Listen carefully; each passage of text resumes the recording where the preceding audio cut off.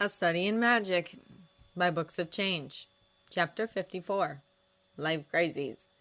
It was nearly 9 at night, and John was trying to put Benedict to sleep. Benedict, however, was in a lively and energetic mood since his 5-minute workout of lifting his head up, thus wasn't interested in sleeping. At length John gave up and put him in his bouncer seat. John was watching Benedict squealing and grasping at the crocheted vegetables hanging over his bouncer seat when a mobile phone pinged. John dug out the electronic mobile phone and checked the new message. Failed to bridge truce. Returning. Sherlock. John sighed a little after absorbing the message. Then John put the phone away, sniffed Benedict's nappy, and confirmed he'd relieved himself. So John lifted Benedict out of the bouncer seat and started gingering him with sanitized hands. "Your daddy is an idiot," John informed Benedict as she fanned his naked bum. Benedict was wearing a fresh nappy and wiggling in his bouncer seat when John heard the door downstairs open and shut. John turned to study the flat screen door while listening to the approaching footsteps. The door opened and Sherlock stepped into the sitting room. John noted the white down feathers in Sherlock's hair and coat, the bruise on his cheekbone, and the deep cuts on his hands when he removed his gloves. "Though I admire the ingenuity of sending Hedwig to find me, I object to your ordering her peck me until I returned your calls," Sherlock stated as he draped his coat over the spare chair. "That's what you get for going AWOL for days," John replied. "I see she didn't hold back." "No, she even brought reinforcements." John's eyebrows went up. "There was another owl," Sherlock clarified. "A male snowy, Sasha, if I were to make a guess. Will it show up on YouTube? Possibly, but doubtful." "Shame." John patted over to Sherlock. Sherlock leaned his gaunt frame against John once the distance between them vanished and John wound her arms around his torso. For a while the two of them stood there at the threshold holding each other up. "We knew it was going to be a long shot," said John. "He might still talk to me. Hopefully that will be enough." "One hopes," Sherlock sighed. "It may have worked if I didn't mention Lily Evans." "He reacted badly, I take it." "It was unspeakably ghastly. I think his past history with Lily Potter was supposed to remain a secret between him and Dumbledore. He was quick to accuse Dumbledore of giving away hints, and refused to listen to my explanation that it was a shot in the dark, based on old census data, and how he avoids referencing Harry's mother." John shook her head sadly. "He always did think he knows better." "Regardless, I only needed to use my imagination to see how bad the idea was," said Sherlock ruefully. "If you married my arch-enemy, and I was forced on a daily basis to see the child you had with said arch-enemy and later died to protect, I might act even as Snape has done. Who knows? Yeah, you're lucky all your arch-enemies were either psychopaths or right tossers, because there were days when I was very tempted." Sherlock flinched. "I didn't need that mental image, John." "You asked for it," John retorted. John and Sherlock eventually moved to the sitting-room table, where Benedict was on the verge of wiggling out of his bouncer seat. Benedict took one look at Sherlock and started crying. "You know me," Sherlock protested as he picked him up. "Benedict, I'm your father." "You've been away for almost 2 weeks. He probably forgot," said John, laughing at Sherlock's look of consternation. "So what have you been up to?" "Looking and thinking," said Sherlock as he stared down at the squalling Benedict, as though he was willing Benedict to recall him. "LV has an agent working for him, and it isn't Pettigrew. We know this because in Harry's vision, LV received a letter when Pettigrew was present. Pettigrew's duties are likely limited to the day-to-day care of LV, considering his general untrustworthiness. Therefore, the letter writer, who is the second agent, is in charge of the lion's share of LV's comeback preparations. One of these must be amassing funds. Lestrade noticed wizards are getting cleverer at exploiting muggles, and not only are they becoming cleverer in their methods, but they are becoming more organized in their methodology. Ergo, at least one magical well-versed in muggle crime is orchestrating the efforts. From the last crime scene, we know that little Hangleton murderer, who is certainly one of LV's agents, is working with a military man who is also a wizard. The latter wizard's military history is evidence he has good working knowledge of our world. Such people are vanishingly few, considering the muggle magic divide. Thus we may postulate the military man is the wizard organizing the magic criminals. We may also further postulate the agent employed the military man for the express purpose of gathering funds through the muggle world." John took Benedict away from Sherlock after digesting all this. Benedict hiccuped into John's neck as he slowly calmed down. "So, LV's agent is employing a military man who is also a wizard. Said military man is well versed in organized crime and is currently running a flourishing drug-running business for Lord Voldemort," said John. "Yes, excellent summary." "And you are looking for this other wizard?" "Your ability to restate the obvious improves every day, John." "Thanks." John sighed. "Sounds like bad news all around, except for Lord Voldemort." "The man's expertise does it but well for us, certainly," said Sherlock somberly. "Do you recall the death of Mrs. Stewart of Lauder, who jumped to her death from a bridge after her entire life savings were plundered last year? No? Well, then you should remember Moriarty's last scheme only worked as well as it did, because several key members of the Secret Service, including Mycroft, were confounded to believe a universal code that unlocks all electronic security measures can be real. The money laundering scheme also used the Confundus charm to enchant non-magic people like Mrs. Stewart to reveal their bank account information to the culprit. What does this suggest?" John stopped patting Benedict's back for a moment as the implication sunk in. "They might have been done by the same person," John breathed. "The chances are high," agreed Sherlock. "Both schemes required high levels of magic expertise and Muggle world knowledge, according to Lupin and Black. The Confundus charm is a difficult spell even for those who have Newt-level skills in charms. The subtlety and elegance of the charm work certainly suggest mastery gained through extensive practice, meaning the culprit likely has a long history of using magic for Muggle crime." John thought about it for a moment. How did Moriarty and Lord Voldemort find him? John wondered. Hiding magic from us Muggles is something magic kids are trained to do from the moment they learn about magic. Unless they were, I don't know, close cousins or something. How could Moriarty even know about this wizard? And if the guy was mostly involved in Muggle crime, how would anyone in the wizarding world be aware of his expertise? How Moriarty got to know the wizard we may never know. All we do know is that Moriarty paid him liberally and used him in only high-class jobs which no ordinary criminal could have undertaken. His identity was so carefully concealed that even when Moriarty's crime empire was broken up, Mycroft wasn't sure he existed. But he does exist. Mycroft wouldn't have had an active Confundus charm on him otherwise. Also, Moriarty confessed under the influence of a truth serum that his right-hand man had skills you wouldn't believe, and worth every 100 grand. What about LV? How could he have known about the military wizard? Sherlock placed a printed mugshot of a man on the table. "This is the wizard Lestrade initially arrested for the money laundering case," he said.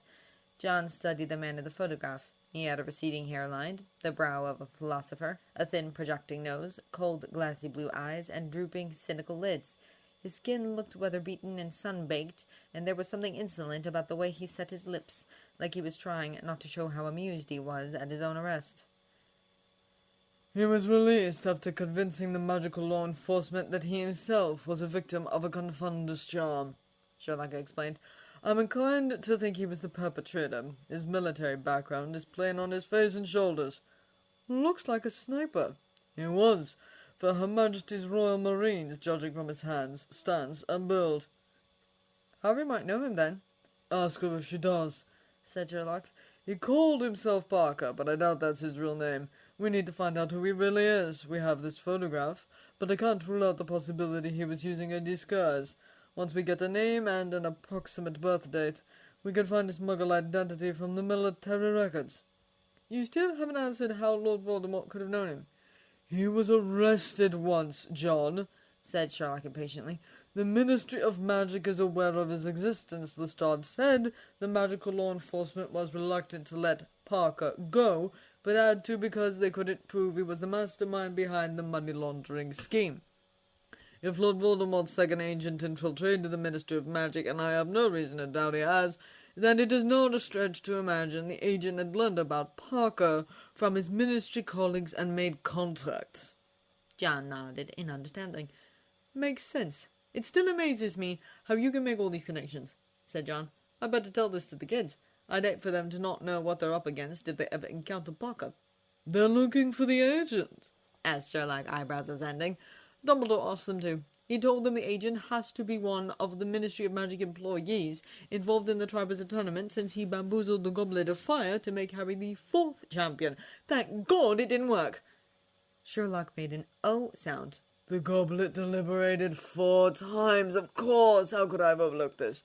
At least someone didn't, said John. The kids are using their tournament filming and broadcasting activities to get in touch with the Ministry. They even formed an undercover media company to make it look like they're serious about filming and broadcasting. The company's technically a subsidiary of the MMN, since Jackie's funding the whole thing, but she's letting them make the decisions. Clever, said Sherlock in approval. How far are they in the setup? They're meeting Ludo Bagman this coming Saturday to tell him they're now responsible for the tournament broadcast. You don't have to worry about them botching up. Jeremy's going to be there as a consultant. John paused. I'm acting as shadow director, since it was the only way to get Molly Weasley to agree. She's having kittens about Ron starting a business. John started imitating Molly's anxious voice. How could Miss Young let them start a business? They're much too young. Ron has never done anything like this before, and what if he loses the money she gave him? John rolled his eyes. Seriously, if she knew the amount of facts Jack doesn't give. The MMM only stays afloat because of her inability to be irresponsible. Sherlock agreed. It's thriving, actually. Did you know she makes close to 1 million galleons a month? Sherlock blinked at John. Her revenue doubled since Ron headed the World Cup broadcast, said John. Molly really has nothing to worry about. Ron is worth every knot invested. Sherlock snorted. What is Harry's role? He's the main camera guy. I figured he should be as close to the real action as possible without actually being in the middle of it. He's not into the business aspects of the cover anyway. Sensible, Sherlock approved. As a cameraman, he will be able to observe and investigate without drawing too much attention. Then he paused. So how is he coping? Sherlock asked. Well, he's not just contemplating his navel, though he does have his moments, answered John soberly.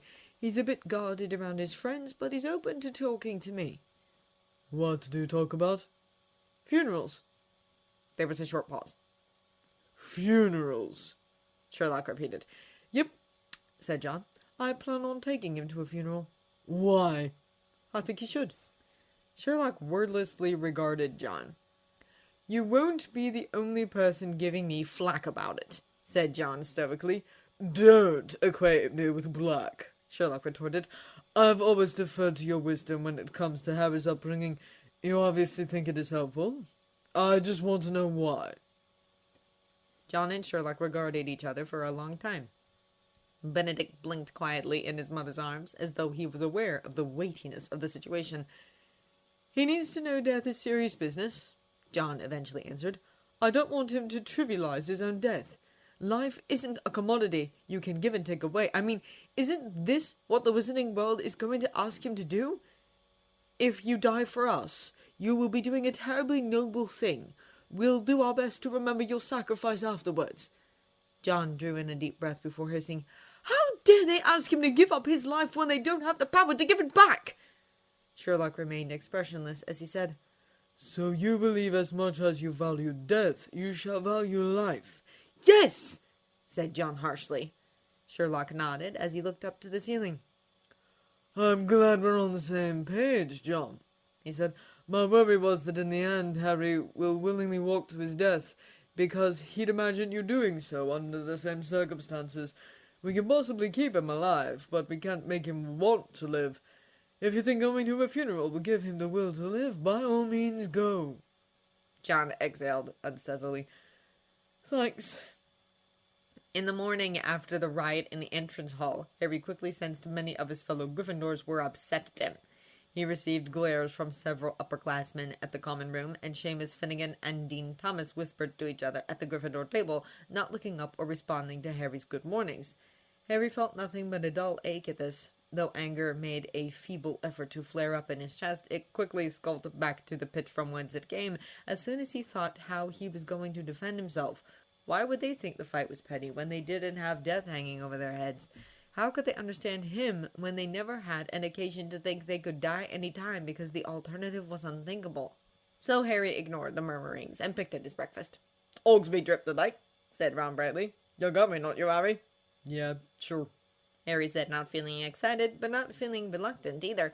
Ever since receiving the fatal announcement and that talk with Dumbledore, Harry experienced wild motivation swings. Most days he was almost normal, going to class, doing homework, practicing violin, and working on his given task without anyone the wiser, including himself. But other days, an all-enveloping lethargy that made even getting out of bed a Herculean task was all he could manage. Apparently today was the latter sort of day. Great. We can have our meeting with Mr. Jeremy there at the Three Broomsticks. Then we can take a nice break. Ron sighed deeply. Who'd have thought starting a company was so much bloody work? Harry, Ron, Hermione, Julia, Neville, and Ginny had got down on the business of thinking up ways to hide their investigation as soon as they finished talking to John. Hermione cleverly suggested that they should use their Triwizard Tournament filming activities, as it would allow them to spend many explainable hours in the music room and get to know all the people involved in organizing the tournament. The latter was crucial, since the agent was deeply involved in the tournament as well. Julia further elaborated the idea by suggesting they make a show of creating other mixed media programs to broadcast over the MMN, as it would give them an excuse to research non-school things in the library and interview strangers. Ron declared the idea were so good it didn't have to be a show. Later, when John gave their cover the green light, Ron presented to Miss Jackie the idea of broadcasting more mixed media programs over the MMN. She accepted the proposal, but with one caveat.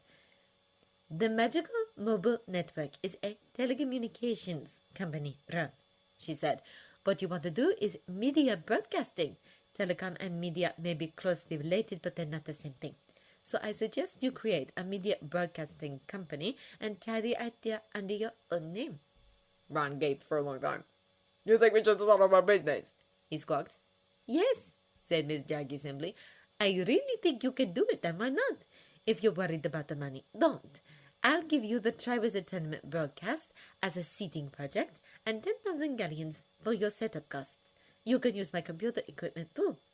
Thus Ron left the meeting in a state of shock. Once everyone else got over their own shock, the six of them decided to name the undercover company OBH. Not short for Open Source Broadcasting Headquarters, or whatever else people may assume, but oh bloody hell. I still can't believe she gave us so much money just like that. Ron marveled. Well, she is one of the richest people in Wizarding Europe, said Hermione matter-of-factly. She can easily afford to invest 10,000. Still, it was very nice of her to help us out. Yeah, it's good. It's very great. But you do realize we have to, actually start this company? Ron said. You mean you'll have to start the company? Said Ginny. Ron goggled at his sister. You can't be serious. I can't start a company by myself. She told you should start the company and give the money to you, Ginny pointed out. That means you should be the owner. Ron was driven speechless. Don't worry, Ron. We're like those your business partners, Hermione assured. Now the first thing we need to do is make the OBH a real business. They asked Miss Jackie how this was done. She told them all businesses in the wizarding world were what Muggles called private small businesses, thus weren't subjected to the same kind of rules and regulations as corporations or conglomerates. In short, anyone could start a business, provided the owner reported his or her earnings and qualified expenses to the Ministry of Magic or to the Traders' Guild the owner was a member of. However, since all of them were minors, their parents or guardians had to know about their earnings so they could properly file taxes. Speaking of which, Ron, did your mother get a copy of all your pay stubs? Miss Jackie asked. Yeah, said Ron, and I give Mum half of my pay. More than what you asked me to. Miss Jackie smiled warmly. And you wonder why I think you can run your own company, she said, making Ron turn red around the ears. The OBH is yours, so I don't have much say on what you should do, but I advise you to keep honoring your parents with your earnings. Speaking of, I told Jeremy I gave you the Triwizard Tournament broadcast project. He'll contact you soon. Mr. Jeremy called Ron over the MMN within 12 hours. Jack told me she sold the tournament broadcast project to the media broadcasting company you've started. Is this true? He asked, disbelief etched all over his face. Yeah, said Ron. Precocious, aren't you, starting a media company at your age? It kinda just happened, said Ron defensively. So do you still want to help out? I don't mind hiring you. Get me in, said Mr. Jeremy, eyes gleaming. Ron and Mr. Jeremy agreed to meet on the following weekend at Hogsmeade. Mr. Jeremy owled a lot of paperwork for Ron to read in preparation for the meeting. Ron picked one roll of parchment at random and visibly withered in his seat after reading the first paragraph, which was full of complicated words written in a tiny script. Hermione alone had the courage and brains to read all the documents and make sense of the contents. Looks like the Ministry is entitled to 20% of the tournament broadcast revenue generated on the first week of airing, Hermione reported. In exchange, we have full access to all tournament areas. We can film the task preparation process as long as we don't broadcast it before the champions go through their assigned tasks. The Ministry can refuse to let us film something if it's against any non-disclosure rules, but we have final say on what gets broadcasted over the MMN. Couldn't he list that out in bullet points? Ron groaned. I'm just summarizing. There are a lot of important little details in here, Hermione said. For instance, it says here this agreement only relates to the tournament broadcasts and not any other broadcasts MMN decides to do, and... I'll take your word for it, Ron interrupted. Have I ever told you how much I appreciate you for being so bloody brilliant? Hermione turned pink. Harry, Ron, Hermione, and Julia quickly immersed themselves in work. They were very lucky to have Hermione organizing their tasks and overseeing the fine details, because otherwise they would have missed the fact the Ministry hadn't been paid what they were due from broadcasting the champion selection ceremony, and the late penalties that could have garnered was enough to make the OBH go bankrupt. Harry, Ron, Hermione, and Julia spent all of their free time in the library for the remainder of the week, working out how much they owed the Ministry and fitting in their homework somewhere in between. Harry and Ron hunted down the expense and earnings data. Julia crunched all the numbers, and Hermione put everything together into a neat report using the charts and graphs Ron, Julia, and Harry had made. You know, before now I thought Miss Jackie was paying Ron far too much, Ginny remarked as she watched Ron do something viciously complicated for his report. He really does earn every nut, doesn't he? You have no idea, said Julia, not looking away from the laptop she was using to create pie charts. While they cocooned in the library, everyone noticed Victor Crumb was in the library an awful lot, too. Harry wondered what he was up to. Was he studying, or was he looking for things to help him through the first task? Hermione often complained about Crumb being there. Not that he ever bothered them, but because groups of giggling girls often turned up to spy on him from behind bookshelves, and Hermione found the noise distracting. He's not even good-looking, she muttered angrily, glaring at Crumb's sharp profile. They only like him because he's famous. They wouldn't look twice at him if he couldn't do that ronky faint thing. Wolski fight, Ron muttered as he continued to stare avidly at Crumb. Unlike Hermione, he was always keen to spot Crumb in the library. Ginny and Neville mostly hovered during the hellish 2 weeks. They wanted to help, but neither of them took Muggle studies or worked for Miss Jackie before, so they lacked the necessary skills and knowledge. This didn't stop them from trying, however. You can teach us how we can learn, Ginny argued. I don't have time to teach, said Hermione shrilly, looking almost hysterical as she typed frantically away. Don't you know we have to get these done by next Friday? Ginny demanded to Ron that he teach her and Neville as soon as he handed over his work to Hermione. Ron's teaching attempts usually ended in blazing rows, Ron yelling at Ginny for not doing what he told her to do, Ginny shouting right back, accusing Ron of not explaining properly, and Neville shrinking from them both. Harry and Julia took over the coaching after the nth blow-up. For the first coaching session, Harry oversaw Ginny and Julia, Neville. They had to switch afterwards because Ginny was so anxious to do well in front of Harry that she made all manner of mistakes, and Harry didn't know enough about computers to fix these mistakes. Julia, on the other hand, couldn't explain things simply enough for Neville to understand, because whereas Julia used computers since she was 3 and did computer programming on the side, Neville needed to be told there was a connection between the movement of the mouse and the movement of the cursor. The huge disparity in their knowledge often left Neville red-faced and confused, and Julia taking time out to scream into a pillow in the corner. Neville eventually figured out how to click icons once Harry started coaching, but Ginny's ill will towards computers steadily mounted as she kept confusing the purpose of the keyboard and their short keys and the mouse's functionality again and again and again.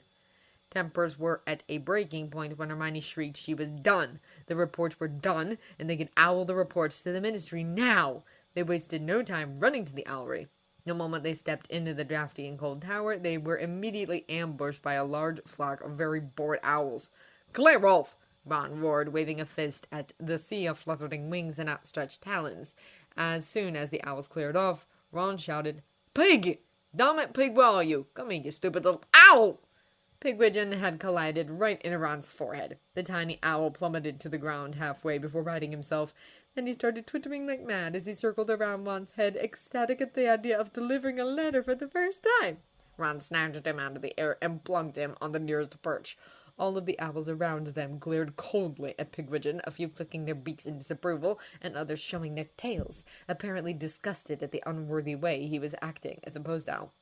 "Take this to Ludo, Bagman, ASAP," snarled Ron as he secured the report to Pigwidgeon's tiny leg. "Stop wriggling. Now don't you dare lose these reports. We spent ages making them." Ron tossed Pigwidgeon out of an open window. They watched the tiny owl fly off to a distance until it disappeared from sight. A boneless exhaustion enveloped them all as their anxiety drained away. That had to be the worst 2 weeks we ever had, said Hermione tiredly. "Darling, what are you talking about? Don't you just love the sense of accomplishment after days of hell?" said Ron sarcastically. I think I'd rather buy a sense of accomplishment from someone else, sighed Julia. They staggered downstairs, intending to have a large dinner and a good long sleep afterwards. We're not done yet, Hermione reminded them as they trudged through the halls. This is only the setup. We still have to figure out whose new agent is. "I'm only going to say this once," said Ron sternly. "We are not going to talk about work today. It's bad enough we had 2 bloody weeks of nothing but." Unfortunately, they couldn't relax until much later. Instead of an uneventful walk to the Great Hall, they found the entrance hall embroiled in a huge riot. Harry was immediately pushed to the center when Malfoy spotted him and tried to goad Harry and Cedric into having a wizard's duel, much to the crowd's apparent approval. Harry never thought he'd ever feel grateful to see Snape, but he did when Professors Snape and McGonagall showed up after he blew up on everyone. Harry had no appetite when McGonagall dismissed him and Cedric, so he returned to Gryffindor Tower and fell into his bed, hoping for dreamless sleep. It didn't come. Harry tossed and turned all night, tormented by featureless nightmares. Then morning came, and Harry was tempted to wrap his invisibility cloak around him and duck under his bed. Ron drew back the curtains of his four-poster and overturned his covers before he could find the energy to do so. Only an hour passed since then, and he already had more work to look forward to. The nightmare just didn't seem to end. For the second time since the term started, something inside Harry collapsed and refused to move. "I want to go home," he mumbled, dropping his face into his hands. You can go after Hogsmeade, said Hermione gently. Make it a 2-day trip. "Yeah, you haven't visited John and Benedict for 3 weeks," said Ron. Harry said nothing. He had meant he wanted to go home and never come back, pretend like magic didn't exist so he could forget about Voldemort, forget about death. Harry, said Ginny worriedly. Reluctantly, Harry lifted his head. "Sorry, just felt really tired," he muttered. His friends watched him carefully for a moment. What do you really want to do, Harry? asked Hermione. Harry blinked at her. I don't think you enjoy business stuff, said Hermione. I mean, OBH is important and all, but I think Ron and I can take care of most of it, right? "Yeah, we're totally fine," said Ron quickly. "But," Harry protested. You don't have to worry about it, said Hermione firmly. All you have to worry about is the filming, and we're well set on that front. So what do you want to do? Harry hesitated. What he wanted was learning he didn't have to die, but that wasn't something he could do. He'd love to help Miss Jackie and Dr. Jew, but Harry figured he'd be more of a hindrance than help. Moreover, Dumbledore gave him a task, and Harry didn't want to disappoint him, not when Dumbledore trusted him so much. However, Hermione was right. Though it was necessary for the investigation, he didn't enjoy working on the OBH. But what else was there to do? It wasn't like they had any new leads or fresh ideas. "I don't know," said Harry honestly. "Let's play a game of Quidditch then," said Ron. "Come on, 2-on-2, Fred and George can play. And we can use the Quidditch pitch." No one's using it now, Ron, said Hermione in an I don't think you're being very sensitive sort of voice. Harry doesn't want to play Quidditch. He's worried and he wants to see Benedict. "Yeah, I want to play Quidditch," said Harry suddenly. "Let's do it after the meeting and a round of butterbeer at the Three Broomsticks." Hermione rolled her eyes, muttering something that sounded very much like boys, which made Ginny giggle. Harry set off to Hogsmeade after breakfast with all his close friends, Ginny and Julia able to join now that they became third years. The 6 of them stopped by Honeyduke's sweet shop first and emerged later eating large cream-filled chocolates. Then they headed to the Three Broomsticks pub. The Three Broomsticks was packed, mainly with Hogwarts students enjoying their free afternoon, but also with a variety of magical people Harry rarely saw anywhere else. Julia spotted Mr. Jeremy at a table in the corner, dressed in a beautifully cut pearly gray suit and black shirt. They edged towards him. "Hello, Sunshine," said Mr. Jeremy, beaming at Julia. Now I know you're up to something, Julia said, eyes narrowed. "I feel wounded," said Mr. Jeremy, putting on a theatrical expression of pain for a second.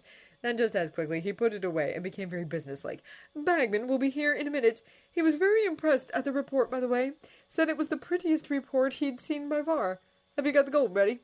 Harry patted his messenger bag. Mr. Jeremy nodded in approval. "You also need a receipt for him to sign. I don't know if you've drawn one up, but—" Hermione promptly set a sheet of parchment on the table. "I wrote it up last night," she said brightly. "Gosh, you're on top of everything," said Mr. Jeremy admiringly as he read through the parchment, and Hermione glowed.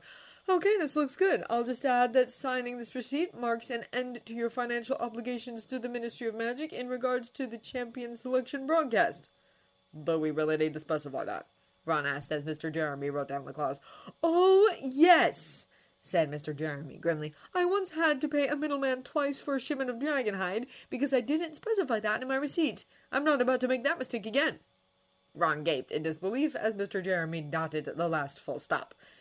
Then Mr. Jeremy took out his wand and started muttering a long incantation. "You're adding a binding magical contract too?" asked Hermione, surprised.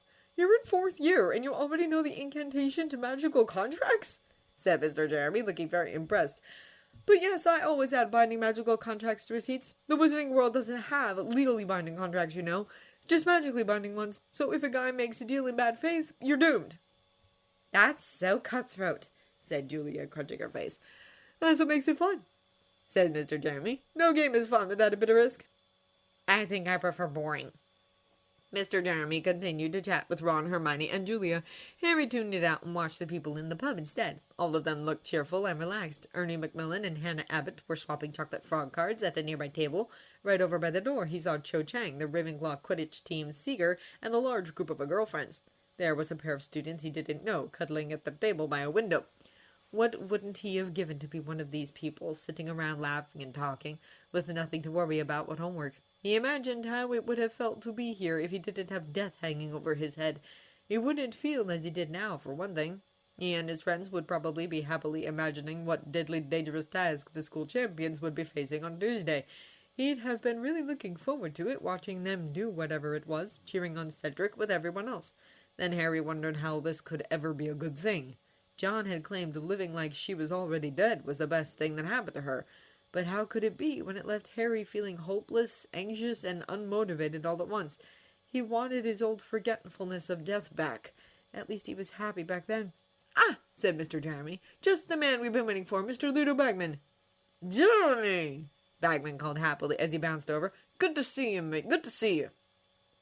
Bagman sat down at their table and smiled, looking around at him. He was wearing sedate robes of dark forest green today, but he was as boyishly exuberant as he was back at the World Cup. "Mr. Bagman, this is Ron Weasley. He's in charge of the broadcast," said Mr. Jeremy, patting Ron's shoulder. "I believe you know his father, Arthur Weasley?" "Of course," said Bagman, beaming. "Arthur is an old mate of mine. Helped my brother Otto this past summer." "Lovely," said Mr. Jeremy. "Ron, why don't you introduce Mr. Bagman to your team?" Okay," said Ron, looking caught off guard. This is Hermione Granger. She oversees everything and is on top of everything." Hermione turned pink and pleased. "This is Julia Lestrade. She does the editing." Julia did a small bow. "And this is Harry Potter. He's our cameraman." Bagman did the smallest of double takes when he heard Harry's name, and his eyes performed the familiar flick upward to the scar on Harry's forehead. "And this is Neville Longbottom and my sister Ginny. They just joined," Ron ended lamely. "Thank you, Ron," said Mr. Jeremy, taking over the conversation again. "Now, first things first. We'd like to pay the ministry what they are due." At Mr. Jeremy's prompting, Harry took out from his messenger bag the drawstring bag that contained 20% of revenues the Champions Selection Ceremony broadcast generated on the first week. Bagman's eyes seemed to pop out of their sockets as the bag thudded on the table, the seams of the bag straining to contain all the gold galleons and silver sickles inside, calculated accurately to the last nut. Not that they needed to add any nuts. "Everything seems to be in order," said Bagman, staring wide-eyed at the bag's contents. "Sign here, please," said Hermione, pushing the receipt with a quill lying diagonally across it. Bagman signed the parchment immediately without reading the contents. Julia raised an eyebrow at that. Now that that's settled, we'd like to talk about the first task preparations, said Mr. Jeremy smoothly. You don't have trouble with us filming it, do you? Of course not, boomed Bagman, waving a hand. The reserve keepers are scheduled to arrive at Hogwarts today. You can take a peek whenever you like. You just have to keep quiet until the champions tackle them. Mind, I don't think it would make any difference even if they did know, considering. How about this evening? Mr. Jeremy asked, cutting off Bagman. Oh, I don't know, said Hermione anxiously. Harry was planning to go visit this weekend, and I could do the filming, said Julia. You're supposed to go see Isaac today, Julia, Mr. Jeremy objected. You haven't seen him for over a month. But... It's fine. I can do it, said Harry quickly. I can go home on Sunday. That was when I planned to go anyway. You were? Asked Neville, startled. Yeah, said Harry as he checked his calendar. Professor Lupin being sick and all. All the students at the table went round-eyed as they remembered there was a full moon that night. Are you going to be there? Asked Harry before Mr. Jeremy could ask about the significance of Lupin being sick. No, I'm not allowed to enter Hogwarts until the day of the first task, Mr. Jeremy replied. You'll have to ask Hagrid. Anyway, Mr. Bagman. Good Lord, I've got to run, said Bagman suddenly, looking rather alarmed as he stared at a window where Fred and George could be seen passing by. Sorry, but I just remembered something. I'll see you on Tuesday. Then, clutching the money bag tightly, Bagman disapparated with a small pop. He's so easy to work with, said Mr. Jeremy, smiling crookedly. Wish he stayed longer. I was going to pitch the idea of starting a magical sports channel on the MMN. Couldn't you have told us this before? Julia grumbled. Well, I just got the idea, so I couldn't have, said Mr. Jeremy. You keep doing that, said Hermione, frowning. You can't just take over just because you have an idea. Was it a bad idea? Asked Mr. Jeremy, raising an eyebrow. Well, no. Then why are you complaining? Said Mr. Jeremy impatiently. You can't schedule opportunities. You grab them when they come along. But we're the ones who have to do all the work, Julia exclaimed. Magical sports channels don't just magically appear, you know. Didn't Jackie Nana already build the foundation for this sort of thing? Yes, but it's not as simple as plug and play. We have to film everything and edit everything and then hire more help. Are people queuing up to work for the MMN? Don't you know what happened the last time we tried to hire someone to help? Said Hermione incredulously. We had hundreds of unqualified candidates. It was a complete nightmare. How high did you set the bar? All we asked was for someone who could turn on a bloody computer. How much lower were we supposed to set it? Ron cried. Well, Mr. Jeremy started, but at that point, Harry had enough. I'm sorry, Mr. Jeremy, but the Triwizard Tournament is all we can handle right now, he said loudly. If we do more, your sister's gonna pull the plug and sack us all. You know she will. Mr. Jeremy shut his mouth at that. Then he pursed his lips.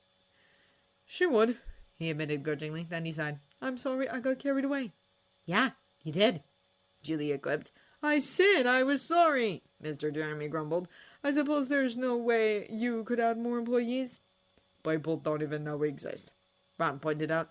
Yet, Mr. Jeremy said. Just you wait. This company is going to change the entire wizarding world, and then everyone is going to know. The broadcasting project already changed the way wizards and witches think.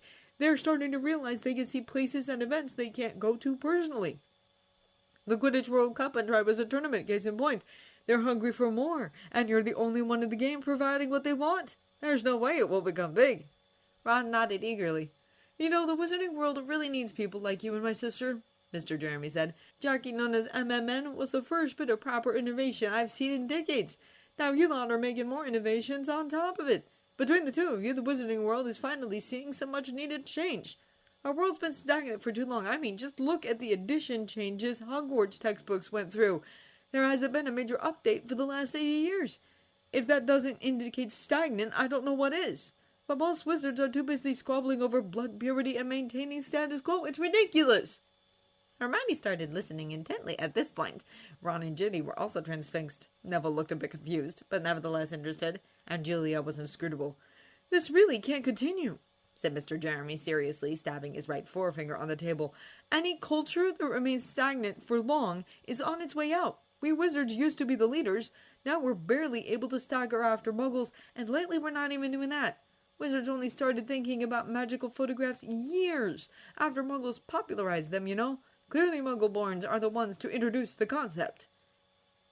Louise Talbot, said Hermione immediately. He's the muggle-born wizard who developed the first wizarding photograph in 1890. Exactly, said Mr. Jeremy. But as I was saying, Today's wizardry is stagnant and on its way out. We need a new kind of wizard before our culture dies.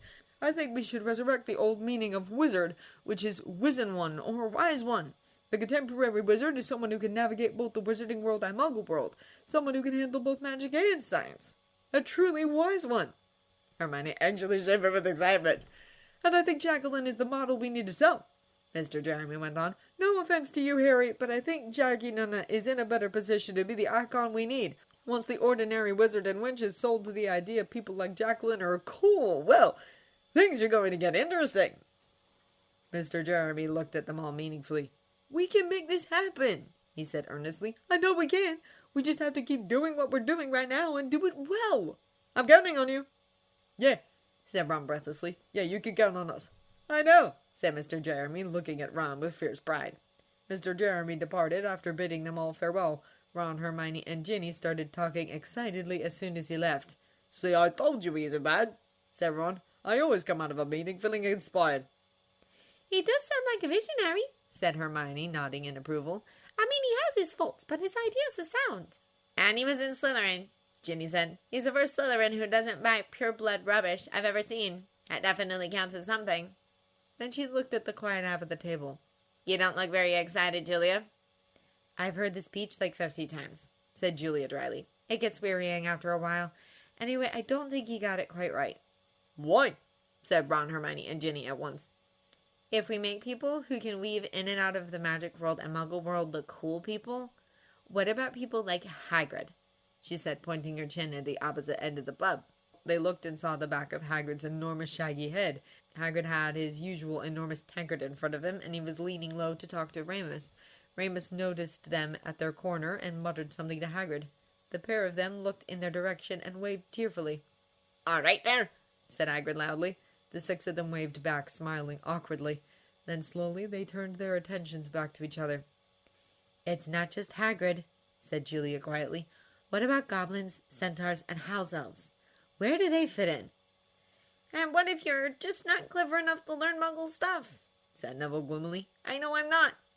Don't call yourself that, said Ginny sharply. You're not as stupid as everyone makes you out to be. You know how to use a computer, said Ron. You can't say that about most of our kind.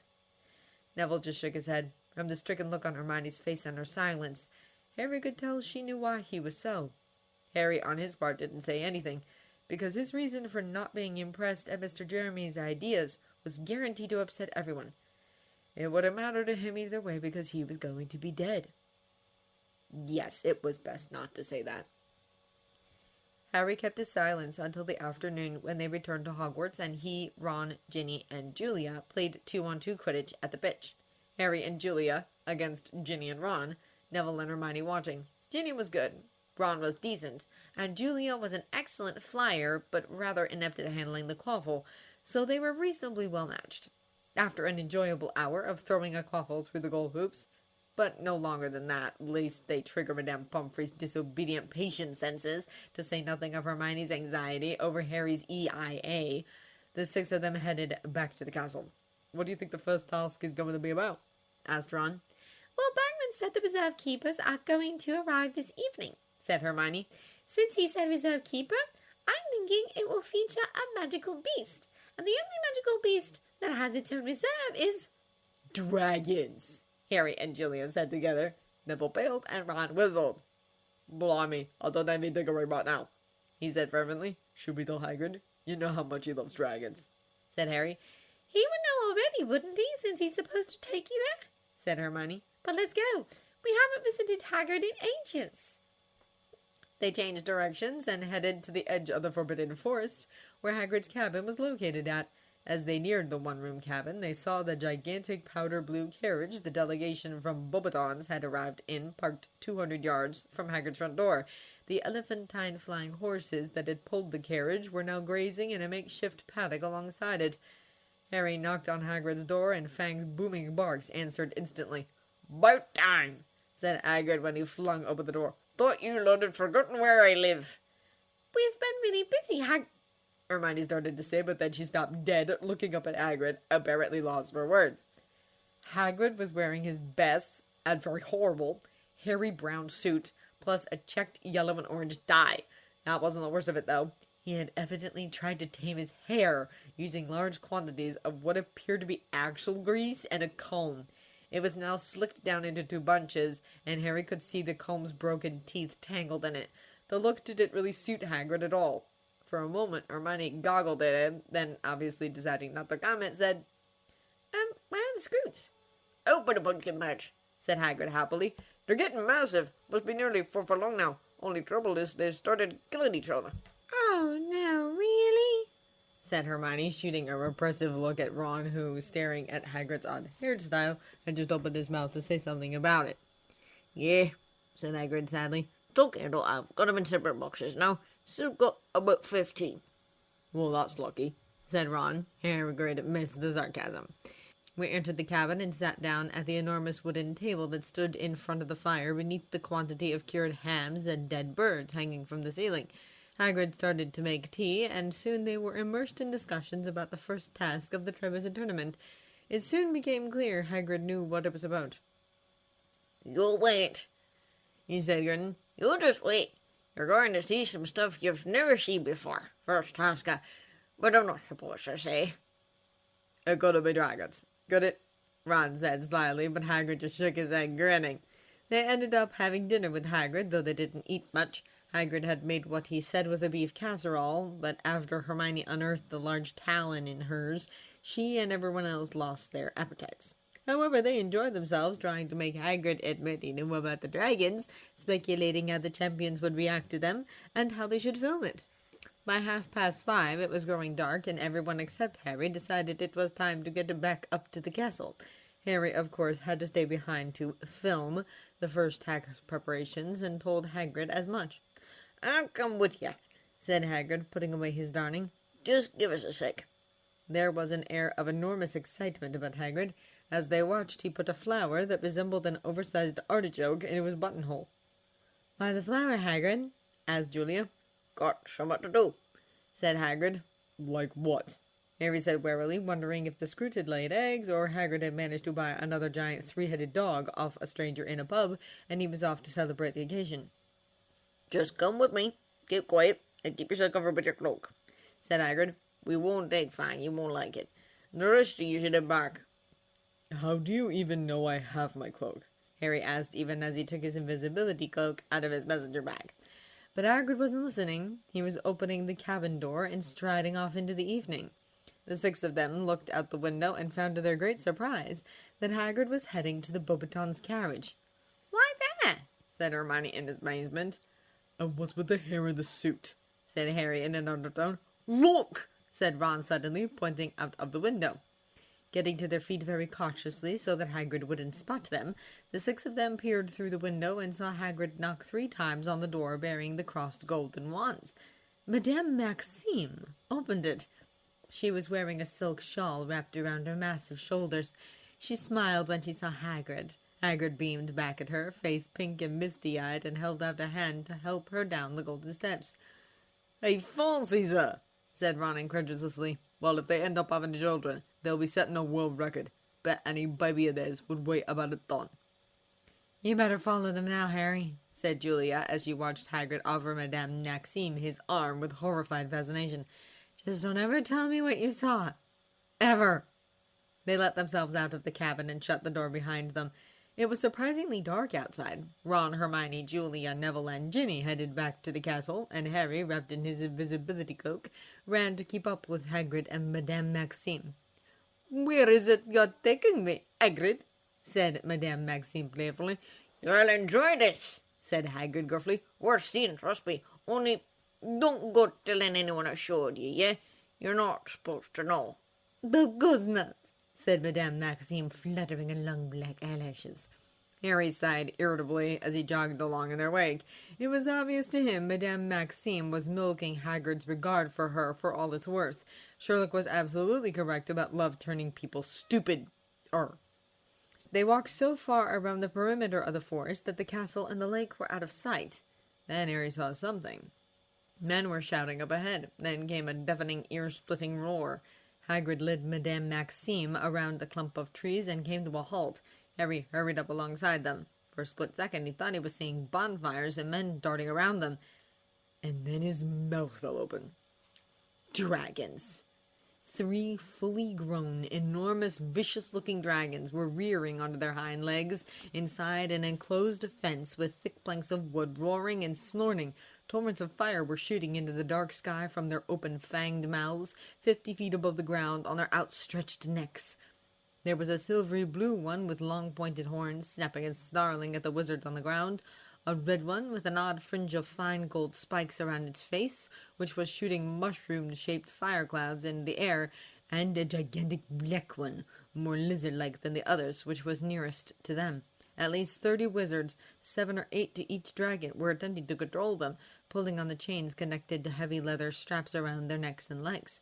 Mesmerized, Harry looked up high above him and saw the eyes of the black dragon, with vertical pupils like a cat's, bulging with either fear or rage, he couldn't tell which. It was making a horrible noise, a yowling, screeching scream. "Keep back there, Hagrid!"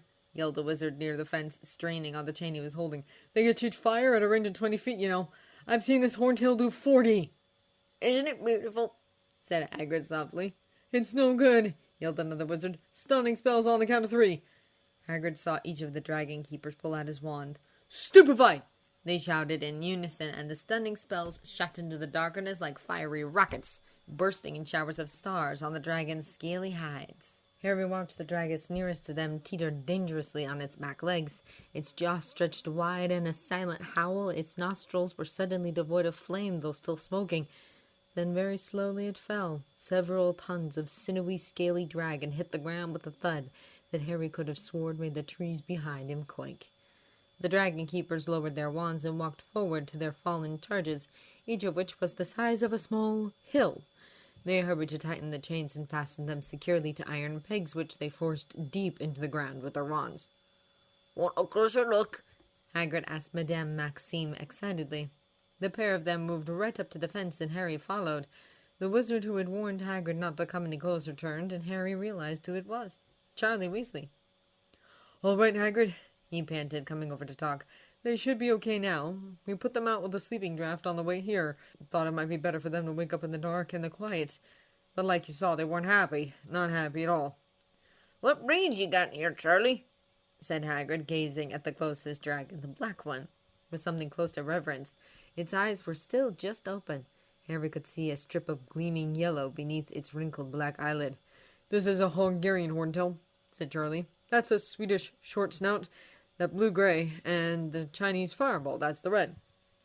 Charlie looked around. Madame Maxime was strolling away around the edge of the enclosure, gazing at the Stranda dragons. "I didn't know you were bringing her, Hagrid," Charlie said, frowning. "The champions aren't supposed to know what's coming. She's bound to tell her student, isn't she?" "Just thought she'd like to see him," shrugged Hagrid, still gazing enraptured at the dragons. "Really romantic date, Hagrid," said Charlie, shaking his head. 3, said Hagrid. "So it's 1 for each of the champions, is it? What they gonna do, fight him?" "Just get past them, I think," said Charlie. "We'll be on hand if it gets nasty, extinguishing spells at the ready. They wanted nesting mothers, I don't know why. But I tell you this, I don't envy the one who gets the horntail. Vicious thing. Its back end's as dangerous as its front. Look!" Charlie pointed toward the horntail's tail, and Harry saw long bronze-colored spikes protruding along it every few inches. 5 of Charlie's fellow keepers staggered up to the horntail at that moment, carrying a clutch of huge granite-gray eggs between them in a blanket. They placed them carefully at the horntail's side. Hagrid let out a moan of longing. "I've got them counted, Hagrid," said Charlie sternly. They asked, "Where is Harry? They told us he'd be here." "Around," said Hagrid. He was still gazing at the eggs. "I hope he doesn't have to get close when he does whatever he needs to do to record the champions facing this lot," said Charlie grimly, looking out over the dragon's enclosure. "I didn't dare tell Mum what the first task was about. She just about fainted when Ron told her Harry was going to be the cameraman, and then exploded on Harry's mum for letting him do something so dangerous." Harry had had enough. Trusting to the fact that Hagrid wouldn't miss him, with the attractions of 3 dragons and Madame Maxime to occupy him, he turned silently and began to walk away back to the castle, and almost ran into Karkaroff on the way back. Harry sidestepped quickly and silently watched Karkaroff creep under the cover of the trees and edged forward toward the place where the dragons were. Harry had no doubt whatsoever what Karkaroff was up to.